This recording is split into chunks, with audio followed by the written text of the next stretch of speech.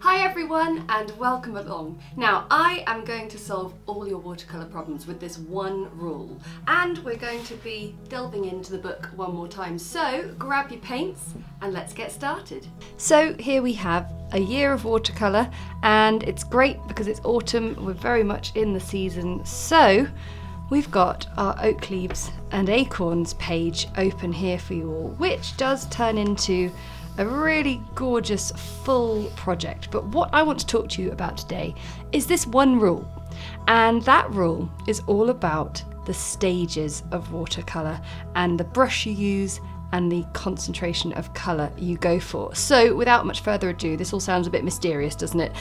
We're going to just look at a really simple oak leaf here.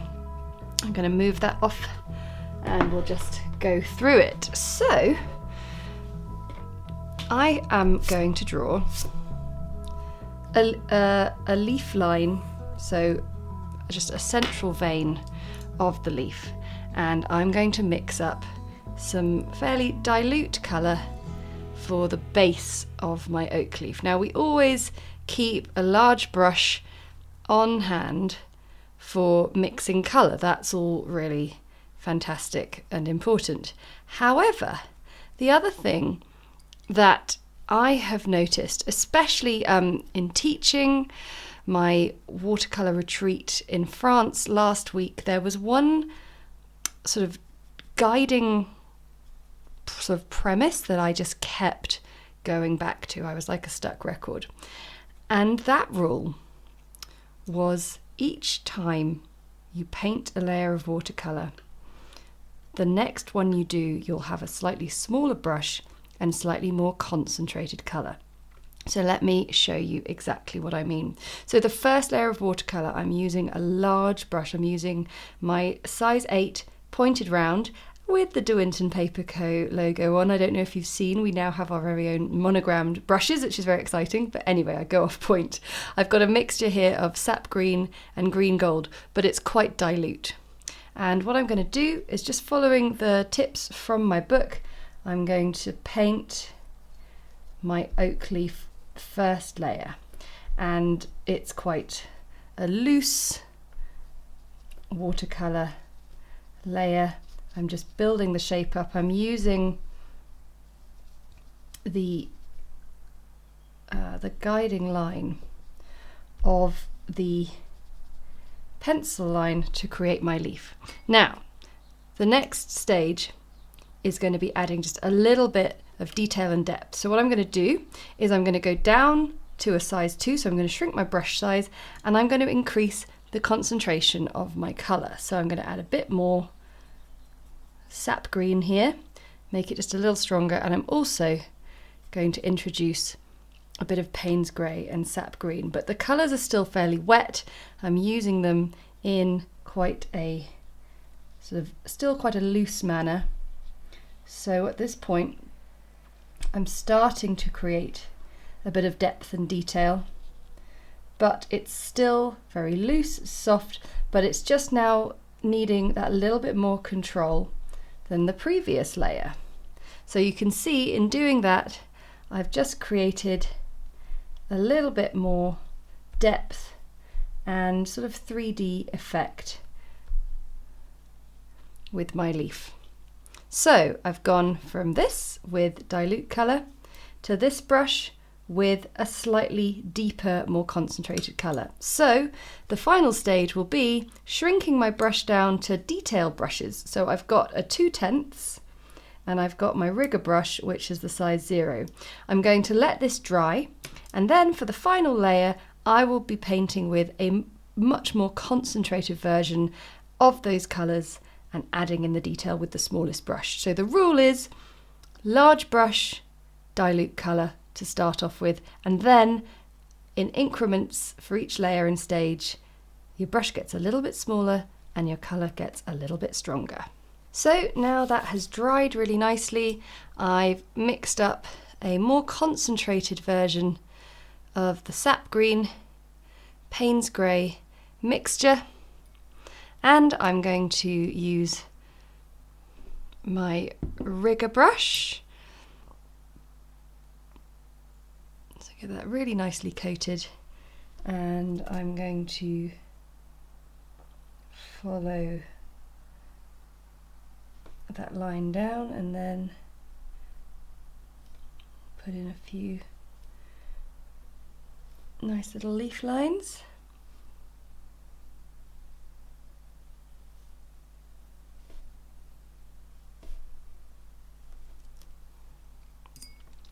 And the other thing you can always do with that last little brush is maybe a few little sort of marks here and there on the leaf. Just getting a little bit of interest and texture. It's usually sort of all around the edges that these leaves can really benefit from it. But you can see the colour is stronger. We can just bleed and blend that in, and it just gives us a lovely bit of control, bit of depth and texture. And we've got a lovely little oak leaf.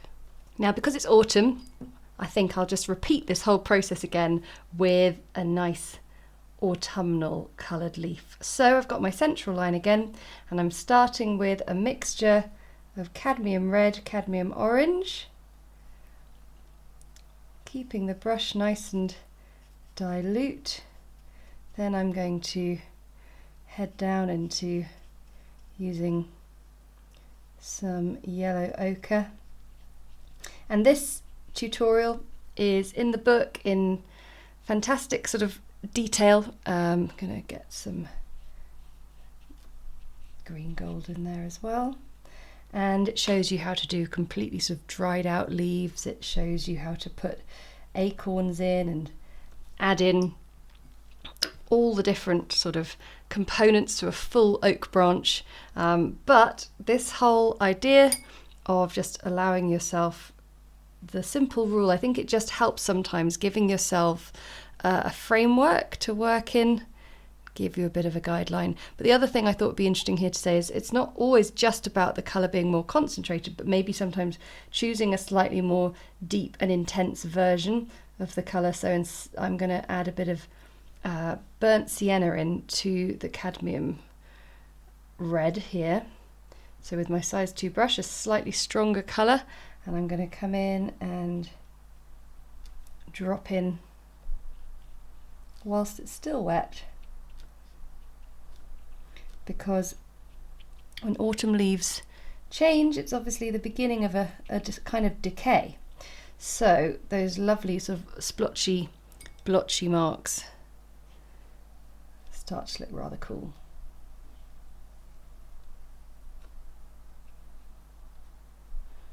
Might even drop a few into the orange section. So we let that dry and then we add the detail.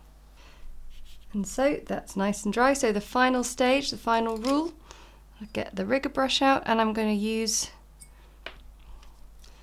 some more of that Paynes Grey mix. That's why we keep the large brush around, for help with mixing. I don't know why, but I always end up just getting my tiny brush in there and going, oh no, that's not going to do it. Okay. See, I'm doing it again. I'm doing it again. I just can't help myself. Right.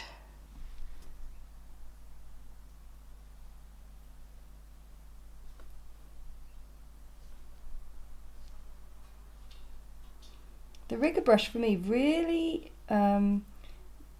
really helped my general approach to leaf painting in general, because I always used to think leaf lines were really like clunky and heavy and would sort of ruin my finished piece. And so the last thing I'm going to do is I'm just going to add a little bit more brown into there and just finish off with a few extra little sort of decayed bits on my oak leaf. So yeah, if you haven't got a rigger brush in your watercolour kit, I would highly recommend it. I took a load out to France on my watercolour retreat, and they were snapped up. on the news of the watercolour retreat, we have got a rather exciting announcement towards the end of the week. So make sure you are subscribed to the channel so that you don't miss a rather cool announcement on Friday. You heard it here first. So there we go.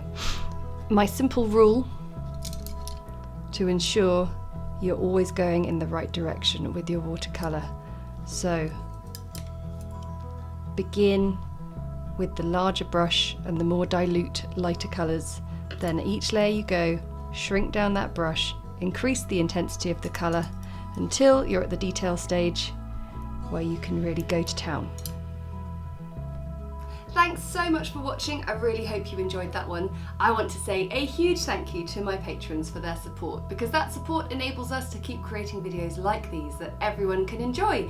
And if you enjoyed it, then hit the like button and comment below to let me know how you got on with that one. And of course, if you never want to miss another video, then hit the subscribe button and the little notification bell, and we'll see you again next time. Bye!